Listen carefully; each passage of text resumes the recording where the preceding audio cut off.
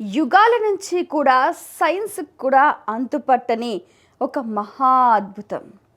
ఒక రాతి విగ్రహానికి నిరంతరం చెమటలు పట్టడం మీరెప్పుడైనా విన్నారా? చాలా ఆశ్చర్యంగా ఉంది కదూ!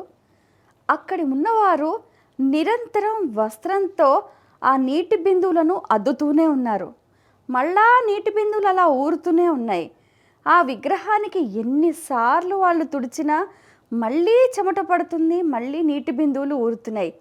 ఎంత విచిత్రం కదా! ఎంత కనుగొన్నా, ఎంత పరిశోధన చేసినా అసలు ఎవ్వరికీ అంతు చిక్కలేదు. ఇంతకు ఎవరి స్వామి అని అనుకుంటున్నారా? కదరి లక్ష్మీ నరసింహస్వామి. దుష్ట శిక్షణ, శిష్ట రక్షణ, బాలుడి భక్తికి మెచ్చి నరమృగ శరీరంతో ఉద్భవించిన ఆ స్వామి హిరణ్యకశ్యపుని సంహరించిన అనంతరం అదే ఉగ్ర రూపంతో వచ్చాడు.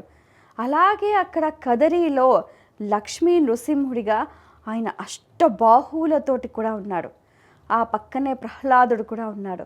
అయితే ఇక్కడ విచిత్రం ఏంటంటే, ఇక్కడ స్వామివారు ఓ చెట్టు వేరులో ఉన్నట్టు కొంతమంది మునులకు చెప్పగా అక్కడ స్వామివారిని కూడా ప్రతిష్ఠించటం, పూజలు చేయటం కూడా జరుగుతోంది. అయితే యుగాల నుంచి కూడా చెక్కు చెదరని అద్భుతం ఇప్పటికీ అందరినీ విస్మయానికి గురి చేస్తుంది. ఇక ఈ ఆలయానికి సంబంధించి మరో అద్భుతం ఏంటంటే, కదరి లక్ష్మీ నృసింహుని రథోత్సవం. అసలు కని విని ఎరుగని రీతిలో లక్షల సంఖ్యలో కూడా ఈ రథోత్సవంలో పాల్గొంటూ ఉంటారు. రథస్థం కేశవం దృష్ట్యా పునర్జన్మన విద్యతే అని అంటూ ఉంటారు. మరి రథంలో కొలువైన ఆ దేవదేవుణ్ణి దర్శించుకొని భక్తులు తన్మయులు అవ్వటమే కాకుండా కోరిన కోరికలు కూడా ఆ భగవంతుని నెరవేరుస్తారని విశ్వసిస్తూ ఉంటారు. అసలు ఆ రథాన్ని లాగటానికి పోటీ పడుతూ ఉంటారు. ఇసుకేస్తే రాలనంత జనం.